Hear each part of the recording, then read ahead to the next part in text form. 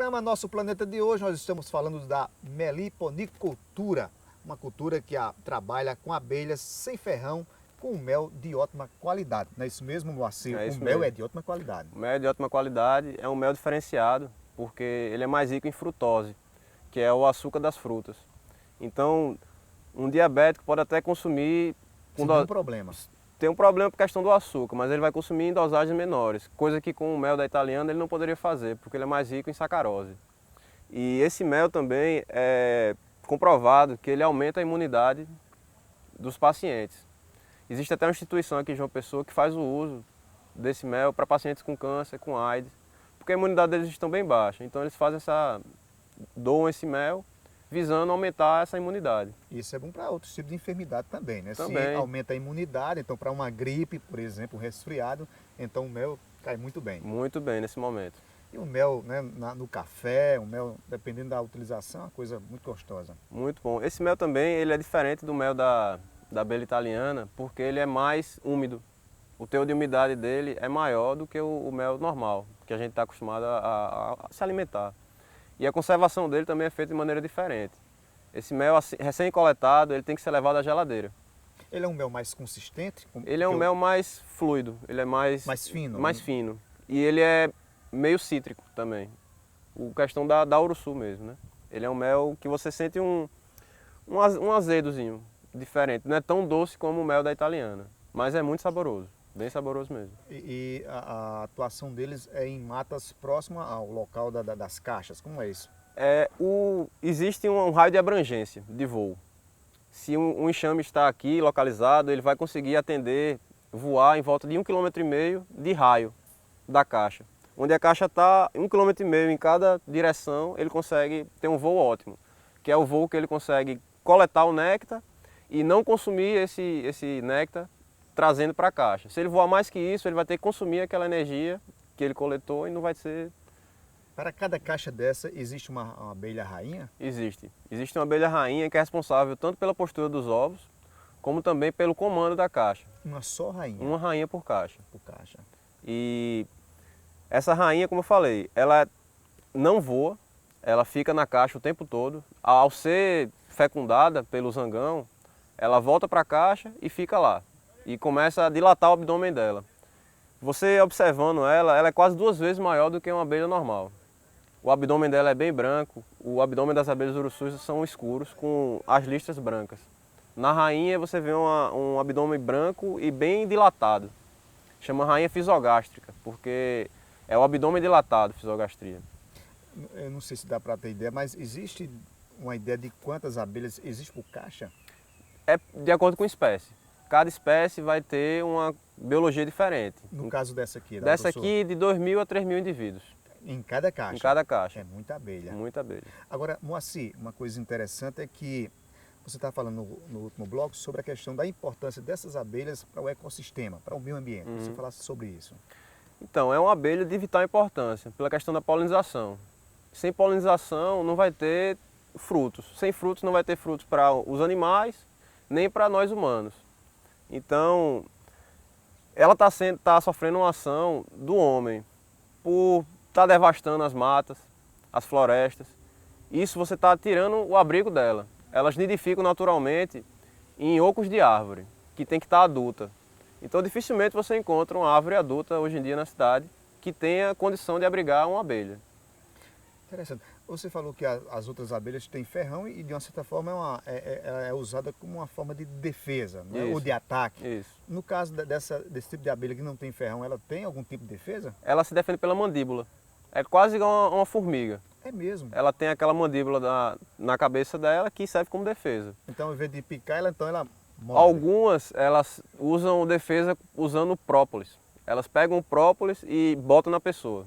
É bem uma defesa bem... E aí só arde? Não, só fica um grudado em você mesmo. Uma cerazinha. É bem tranquilo. O manejo pode ser feito por qualquer pessoa, sem problema nenhum. Falar em manejo, muitos agricultores têm aderido a essa cultura e isso é uma forma de melhorar a questão de renda, de emprego, renda, essa coisa toda. É um mel, como eu falei, bem diferenciado. Então ele alcança um valor de mercado muito superior ao mel da abelha italiana. Enquanto você comercializa até R$ 20 um litro do mel da abelha italiana, da Uruçu você comercializa por R$ 150 um litro de mel. Pela questão da qualidade. Pela qualidade. E se você for levar em consideração a população das abelhas, é quase equivalente uma a outra, porque uma abelha italiana ela pode ter até 50 mil indivíduos numa caixa. Então, para você ter 50 mil indivíduos, você vai ter que ter 25 caixas de Uruçu, para ter a mesma quantidade de abelhas e a mesma ação. Então, a produção chega até ser superior, comparado às duas nesses parâmetros. E o ganho vai ser muito maior, porque você vai estar vendendo um produto a R$ 150. Interessante. Agora, se eu quiser fazer esse manejo na minha casa, como é que eu faço para ter as abelhas? Você vai ter que procurar um meliponicultor primeiro, porque não adianta você querer iniciar uma atividade dessa devastando a natureza. Então você não vai na natureza cortar uma árvore e levar para casa. A meliponicultura trouxe técnicas que você consegue desenvolver atividades sem pegar a natureza, uma matriz. Você faz uma divisão de caixa, você aumenta a sua população com o que você já tem.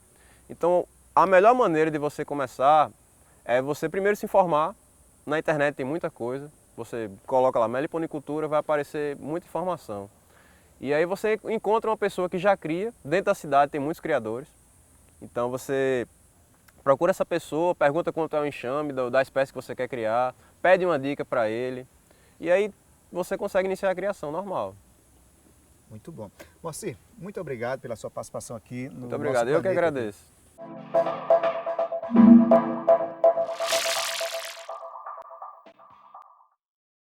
Bem, pessoal, hoje nós vamos falar da iguana, né? Esse réptil é um lagarto, como todo réptil, ele é ectotérmico, ele precisa receber calor externo para poder realizar seu metabolismo. A iguana, como a gente vê, é um animal bastante adaptado para a área onde eles vivem, geralmente florestas. Caatinga também costuma aparecer na caatinga e é um animal arborícola. A gente está vendo aqui as unhas, são garras, né, que são acostumadas a encravar nos galhos das árvores para poder ela subir. Ela tem outro mecanismo de defesa que é a cauda. Costuma chicotear na hora que está se defendendo, né, e uma chicotada dessa cauda dói bastante. Esse animal, como a maioria dos lagartos, eles fazem autotomia. O que significa isso? A cauda se desprende. Você nunca deve pegar um animal desse pela cauda, sem pegar pelo corpo, né? Como esse é um animal dócil, a gente pode trabalhar com ele tranquilo. Mas na hora que a cauda se desprende, se por acaso o seu agressor segurar pela cauda, ela vai se desprender e vai embora. E ela se regenera, né? Ela consegue se regenerar. Esse animal chegou aqui no zoológico bastante danificado, foi agredido pelos seres humanos e a gente teve que fazer a amputação da pata dela. E hoje ela vive muito bem, convive bastante, tá bem de saúde, está bem robusta e é um animal que conseguiu sobreviver graças à ação do zoológico em salvá-lo, né? É um animal que se alimenta de insetos, de vegetais também, de frutas, principalmente de flores, ela gosta muito de hibisco, né? E é um animal bem tranquilo, como nós estamos vendo aqui.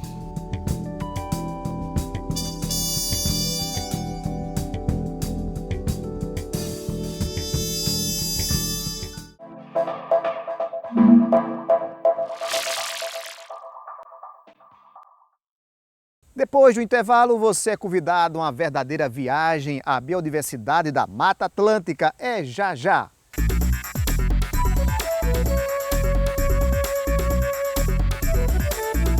Essa é a tartaruga gigante, um dos maiores répteis da natureza, chegando a pesar 700 quilos.